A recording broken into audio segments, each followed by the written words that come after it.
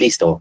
Vamos con nuestra sesión número 66 de este Cineclub Nuevo Cine. Seguimos con la cartelera de febrero de 2026 y hoy vamos a platicar sobre otra obra que forma parte de la filmografía de Arturo Ripstein, que es El lugar sin límites, producida en 1977, vida un año después, y también una de las películas más controversiales del director y de estos años, ¿no?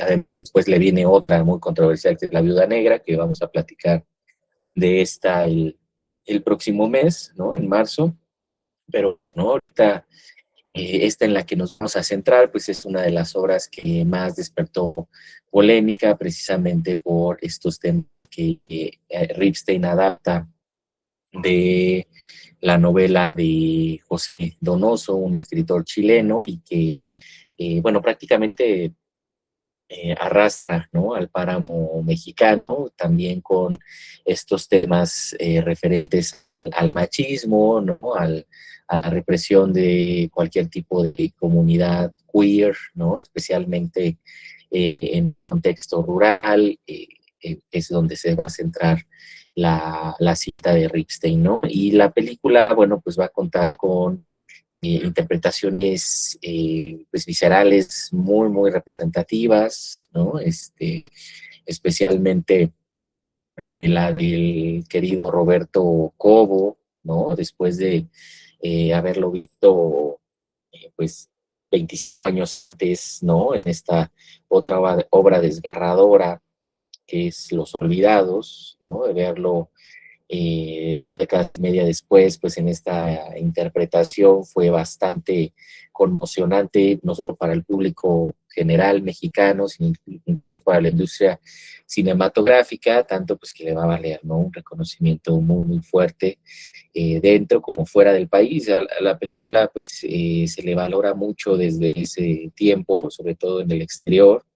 San Sebastián, ¿no? Se lleva varios reconocimientos, sobre todo. También es la película que participa, ¿no?, para los premios Oscar. Digo que sí la toman, ¿no? Con- pero aún así sí se toma como lo mejor que se está haciendo, ¿no?, este año. También sobre por qué entrado ya el sexenio de López Portillo, de los López Portillo, ¿no?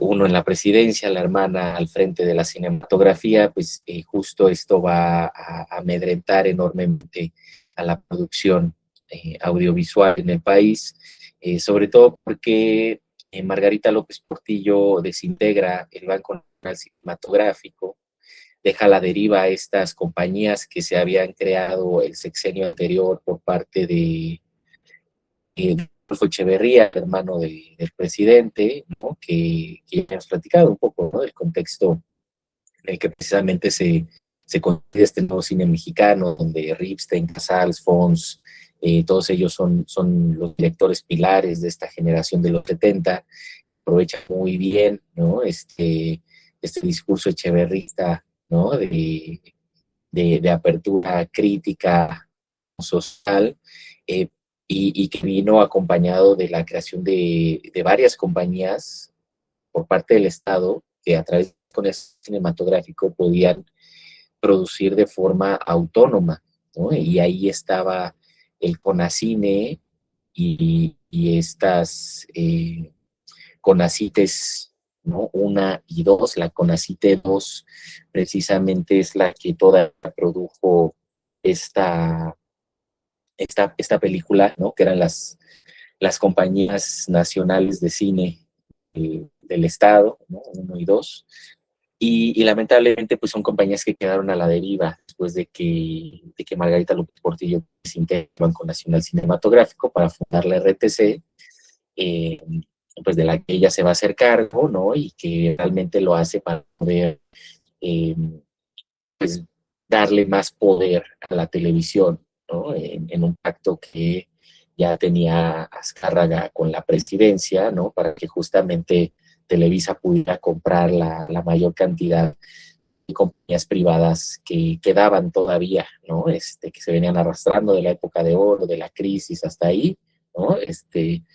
Un poco la directriz que estaba tomando Televisa. Entonces, eso por la parte de las compañías privadas, pero por las compañías del Estado que ya se habían dedicado el sexenio a producir este cine de mayor calidad, pues no las desintegra, ¿no? Digamos que no está, porque si hubiera estado en su facultad, lo hubiera hecho, pero no estaba en su facultad, además de que hubiera sido fuertemente criticada, y no obstante, pues quedan sin esta autonomía. Entonces son compañías que ahora el sexenio de Echeverría les va a empezar a costar más trabajo producir, ¿no? Sobre todo desde del 78 para arriba. Claro, Margarita y la prensa conservadora aprovechan estos temas eh, pues de mayor dificultad con los públicos para decir, no, pues es un cine amoral, ¿no? Es un cine provocador, ¿no? Que está segregando, ¿no? A la sociedad por sus temas, etcétera, etcétera. Entonces, como que de ahí se agarró también como para empezar a darle menos mérito y por lo tanto también un incentivo económico menor a estas producciones que ya cada vez les va a costar más trabajo producir, ¿no? Sobre todo ya el sexenio que vino después en los 80, pues es donde ya vemos más ese reto y no diga después del incendio de la Cineteca Nacional, que también corre bajo responsabilidad de esta señora, ¿no? Entonces, por supuesto, todo eso afectó. Y el lugar sin límites, pues precisamente está en un límite, ¿no?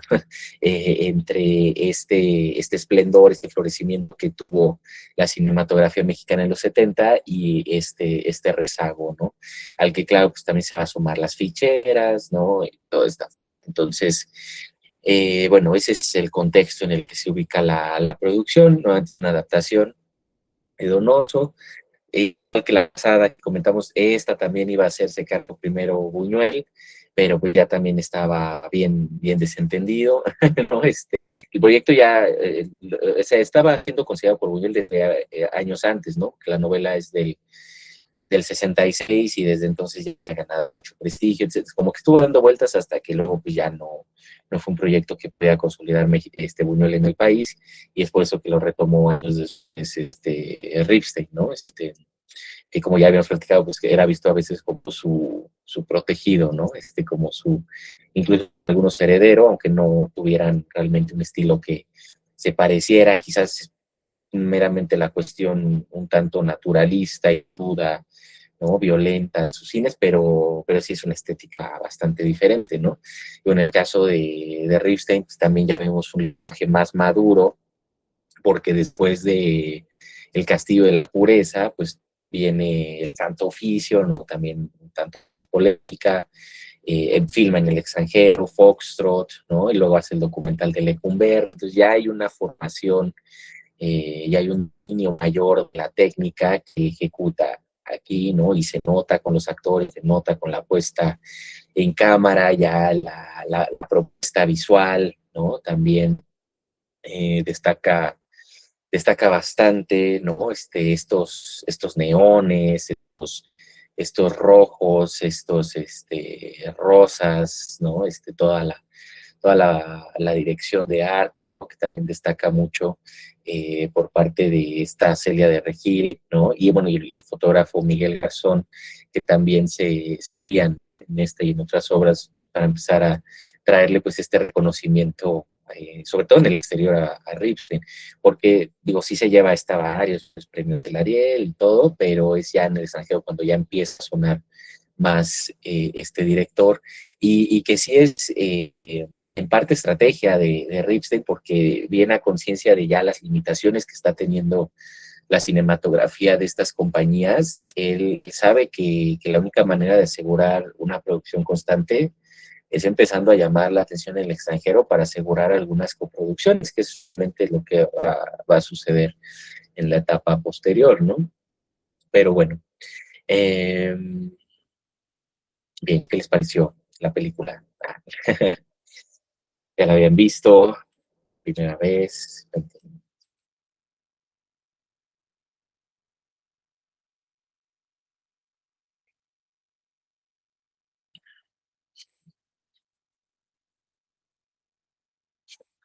Bueno, yo ya Sí, la Fer. había visto, mm, pero no la volví a revisitar, que me hubiera gustado revisitarla, de hecho, para poder tener como una opinión más enfocada. Pero de lo que yo recuerdo, me acuerdo que cuando recién la vi, pues una impresión que me causó fue como el hecho de empatizar o preguntarme cómo es la vida de este personaje principal, ¿no? Que realmente pues tuvo muchas dificultades y mucho como amedrentamiento, incluso discriminación y también abuso también de parte del presidente. Entonces, se me hace interesante, me pone a abrir la pregunta o la cuestión de que cómo estas personas que están como al margen o como que no encajan en cierto estándar, digamos, o cierta convención, tratan de como sobrevivir de alguna manera. También como que me levantó muchos cuestionamientos en cuanto al pueblo, porque no sabía si era un pueblo fantasma en sí o cuál era la situación de este burdel, porque se me hacía muy místico, incluso como que muy de ensueño, no sé, se me hacía muy interesante, como muy fantástico ese espacio, o muy ficticio. Entonces también algo que me llamó mucho la atención fue pues también el diseño de producción, digamos, o como el arte, como la ambientación que había en estos espacios y pues también la actuación se me hizo muy buena. La actuación del personaje principal creo que estuvo 10 de 10. Y pues ahora ya sabiendo el contexto pues político que hay detrás, se me hace muy interesante también igual ponerme a preguntar o hacer este ejercicio de imaginación de qué es lo que estaba pasando en la comunidad pues LGBT en ese momento o cómo fue esto en cuestión, o sea, cómo esta película fue un acto político, ¿no? Hasta cierto punto o de rebelión quizá. Entonces, esa es mi opinión de la película. Muchas gracias, Fer. Bueno, esta corrección, ¿no? Que Ripstein buscaba, ¿no? En cada producción, pues sí es muy, muy notoria, ¿no? O sea, siempre buscaba transgredir, provocar, ¿no? Al gobierno. Claro, pues todos estos cineastas habían tenido permiso para hacerlo el sexenio anterior y en ella no, entonces ahora sí se siente esta sofocación, ¿no? Porque claro, se trata de un gobierno que sin, bueno, con todo descaro, pues está apoyando el cine de fichera por una parte y en una doble moral está fomentando pues esta represión sexual, ¿no? Porque sí es un gobierno que llena pues, de adjetivos peyorativos a la comunidad, ¿no? Y de persecución incluso, ¿no? O sea, sí hay últimos casos, ¿no? Pues de detenimientos a mano armada por parte de policías, ¿no? Se daba mucho, sobre todo en comunidades rurales, por eso es muy interesante esta construcción del no lugar, ¿no? Como dice, ¿no? O sea, como un espacio cualquiera en el tiempo, ¿no? En toda esta periferia del país, ¿no? Que justo es como de donde Ripstein agarra para hacer hincapié, ¿no? En estos machismos, ¿no? Digo, porque están los machismos citadinos, ¿no? También estas organizaciones patriarcales muy particulares y conservadoras, panistas, ¿no? Los años, pero también están precisamente estos otros machismos provinciales, por así decirlo, ¿no? Rurales, que hacen de esta fuerza del trabajo, ¿no? Del sudor, de las espaldas, ¿no? Y que precisamente se daba más en los puntos, ¿no? Pero también en otros contextos, pues llegaban y pues obviamente el ambiente de homoerotismo, ¿no? Pues como decimos, una cosa lleva a la otra, ¿no? Y demás. Y era muchas veces ahora de esa represión de lo que renegaban, ¿no? Esta cultura. Eso justo en otro cine que también está apenas dando pie, ¿no? A esta, pues digamos, a esta vertiente LGBT, queer, ¿no? Etcétera, pues es el cine de Rainer Werner Fassbinder en Alemania, ¿no? Justamente desde inicios de los 70, que es aquí también donde ya empieza a poderse comentar, o sobre todo a poderse mostrar estos temas. Entonces es un fuerte, muy, muy fuerte referente para Ripstein, ¿no? Por la parte del color, ¿no? Del tema, incluso anticipa un poquito esta que es, ¿cómo se llama? Sí, que es Un año con 13 lunas, porque salen casi al mismo tiempo, ¿no? Esta otra película de Fassbinder en Alemania, y tienen muchísimas similitudes, ¿no? Entonces es bien interesante que estén pues compartiendo un mismo espacio-tiempo, ¿no? Con estos mismos temas. Entonces, ahí hay un referente, por ejemplo. Muchas gracias, Fer. ¿Qué más? ¿Quién más la vio?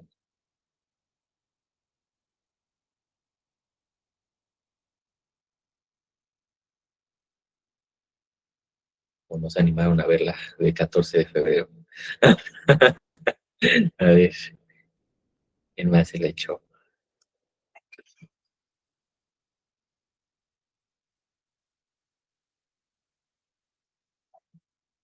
Luis. Hola, profe. Va. Compañeros, mandamos. Este, pues nada, una obra que me parece una joya, ¿no? O sea, una, una manera de retratar la decadencia increíble, ¿no? O sea, hay varias cosas que me parecieron muy interesantes porque, este, después de la primer vista que le di, me quedé con el coraje, ¿no? Pobre Manuela, hijos de puta. Entonces, empecé a investigar bastante y me enteré de muchos datos muy curiosos que pueden ser incidencias o que a lo mejor están relacionados de alguna u otra manera, ¿no? El primero es el uso del lente, que hay una anécdota, no sé si sea cierta, igual y se puede confirmarlo, profe, que usaron un solo lente en la película porque esto era una cuestión de lo del presupuesto, ¿no? Y de lo de unas cines y demás, que solo tenían un lente y terminó siendo también un recurso muy interesante para generar esta sensación de claustrofobia, ¿no? La textura que usa, y justo con lo que comentaban anteriormente, me parece increíble, ¿no? Esa sensación de polvo y de decadencia y de abandono, ¿no? En la que tiene el cacique, ¿no? Don Alejo, ¿no? En la que la tiene al pueblo, prácticamente son ruinas, ¿no? O sea, obviamente también la construcción de la atmósfera me parece muy interesante y ese choque cultural, ¿no? Del tiempo mismo, o sea, las dinámicas sociales de la época, ¿no? La narrativa de Pancho acechando o sea, esa construcción que hace atmosférica de, de que algo malo está pasando, ¿no? O sea, que si llega este tipo, algo malo va a pasar, que se va hasta el final de la película, hasta el punto del baile, ¿no? Este baile cuando ya llegan al burdel y todo, y la Manuela le baila. Um, se siente como muy curioso también ver al actor, ¿no? De Pancho, que estaba incómodo genuinamente. O sea, genuinamente se veía incómodo. Y aquí el otro dato, ¿no? Sobre Ripstein, que le dio un beso a él para calmarle los nervios porque no quería darle un beso a este actor de la Manuela, ¿no? Entonces, es muy interesante que su incomodidad es genuina, ¿no? O sea, no viene de la interpretación, sino viene del actor mismo, ¿no? Entonces, toda esta construcción que hace me parece muy interesante porque está todo el tiempo, o sea, tú eres parte también de ese acecho, ¿no? Estás como diciendo, ay, ¿qué va a pasar? ¿Por qué se le esconde, ¿no? Y demás. Pues obviamente el reflejo de las dinámicas de poder me parece muy interesante, ¿no? Tanto este macho rural, fuerza de trabajo, como el poder también, ¿no? El poder de Don Alejo, que prácticamente es como, pues, esta figura patriarcal, pero también paterna, ¿no? De todo mundo, o sea, todo mundo está, pues, sumiso a él, ¿no? Y él es dueño de todos los destinos, ¿no? Entonces, parece muy interesante. La otra también que me pareció muy interesantísima, la relación, sobre todo la escena, ¿no? Cuando la japonesa y la Manuela tienen relaciones sexuales. Me pareció muy, muy interesante y muy bonita en lo que respecta de la construcción, porque es un travesti o una mujer trans, ¿no? Que es un hombre que está vulnerabilizado versus una mujer prostituta que es la vulnerabilidad, pero al contrario es ella la dominante, ¿no? Entonces, esta inversión de roles y esta deconstrucción de estos roles y estas dinámicas de poder, ¿no? En los actos sexuales, y me parece una construcción simbólica muy rica, ¿no? Y luego hay otra cosa que me pareció también increíble, que es y muy curiosa, es la camioneta de Pancho es una Ford de 1950 y pico, no me acuerdo muy bien el año. Y esa camioneta eh, la, la, la rediseñaron justamente para ese trabajo rudo, ¿no? Para que durara más, para que fuera, de hecho, más sencilla, no tiene tanta complejidad, ¿no? Narraban que cualquier mecánico con un alambre podía componerla si había alguna descompostura, y estaba diseñada para ese hombre rural, macho, fuerte, sudor y demás, ¿no? Y esa camioneta, aquí en México, ya después, 20 años después, se convirtió pues prácticamente en una camioneta que movía, ¿no? La industria eh, rural bueno, de las agricultora y demás aquí en México.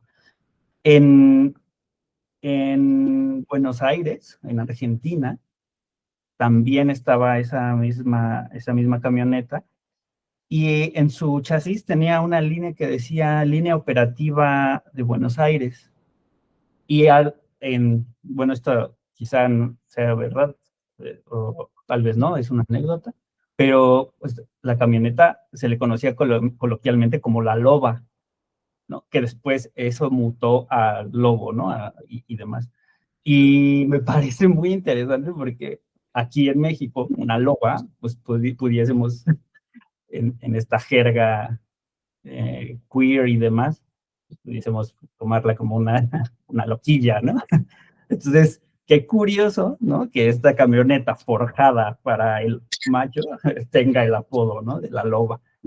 Entonces, y bueno, sí, ya para terminar, el uso del rojo como una misma moneda con diferentes caras me parece una narrativa también ahí increíble y un trabajo de arte increíble, ¿no? El rojo de la camioneta, de algunas camisas que saca Pancho, ¿no? En ciertos momentos clave, ¿no? Como pues este rojo sangre agresivo, totalitario y demás, versus el rojo de la Manuela, ¿no? Del vestido de la Manuela, que es la fragilidad, la pasión. O sea, me parece una construcción increíble a nivel semiótico, ¿no? Simbólico, que hay muchas cositas que sí requieren así como un fine tuning y verla una y otra vez para seguramente encontrarle más y más. Gran obra, gran obra. Muchas gracias, Luis. Sí, no, este uso especial, ¿no? De la paleta de color, que la verdad es que sí se adelanta mucho a Almodóvar. Digo, Almodóvar, pues, por supuesto, ama la película, ¿no? Es uno de sus referentes, la joven, ¿no? Y sí se notan esas influencias, ¿no? En su cine posterior, pero sobre todo por este uso del color rojo y del vestuario, ¿no? Fíjate que lo del lente no estoy seguro, porque según yo sí hay cambios de profundidad, que es lo que, como que revela que se usaron distintas ópticas. Tendría que buscar bien, ¿no? Pero según yo no, porque, o sea, todavía no está tan precarizada, aunque sí ya se notaba el bajón de presupuestos, pues no siento que es por eso que estuvieran limitados de lentes. O sea, si hubieran sí empleado uno solo, pues sí hubiera sido por estética, por decisión estética, ¿no? Pero te digo, tendría que revisar bien, ¿no? Sí, yo Em, también me di cuenta. O sea, hay varios planos que no parecen ser el ah, mismo lente ni la misma profundidad, sí. sobre todo Sí, los pues lo tenía abiertos, en duda. noche, ¿no? Sobre todo esta parte de noche, pues como que sí quiere variar un poquito la óptica, ¿no? Entonces, pues sí, te digo, yo siento que sí hay varios, ¿no? Pero sí ya también empezaba como a empezarse a cortar un poquito más los presupuestos, eso sí. Esto sí es muy importante, ¿no? Lo de la escena bueno, donde procrean a la japonesita, ¿no? La Manuela y la japonesa, es bien importante porque justo aquí es la diferencia principal con la novela de Donoso, ¿no? Porque eh, en general la narrativa pues es una línea muy, muy cercana, pero esta parte sí varía porque en la novela Donoso describe el recuerdo de una manera muy, muy grotesca, de manera muy pesumbrosa, ¿no? En la vida de la Manuela. O sea, vamos, lo recuerda con mucho asco, ¿no? Ese momento. Y aquí no. O sea, aquí, justo como lo comentaba ahorita Luis, en la película está incluso hasta manchada esa escena, ¿no? Pues, bueno, te dijiste bonita, ¿no? O sea, pues, justo es muy diferente a todo lo demás que pasa en la película. Y sí, digo, creo que Ripsen lo hace en parte como contrapeso, pero también me parece que lo hace para poder o sea, no solo empatar de forma superficial con el personaje, sino entender precisamente esa vulnerabilidad, ¿no? Que yo creo que sí fue inteligente para que no fuera meramente sórdida, ¿no? La cuestión de donde nace, digamos, esta, ¿no? Esta situación del personaje y entonces hagamos una mala relación, ¿no? Pues casi, casi que, no sé, si tuvieron una experiencia así, pues obviamente están como están. Entonces, como que quería salir un poquito de esa lógica y entonces más bien nos presenta pues una escena pues hasta bastante tierna, ¿no? En contraste a como la relata la novela, por ejemplo, ¿no? Muchas gracias, Luis. ¿Algo más que quieran sumar?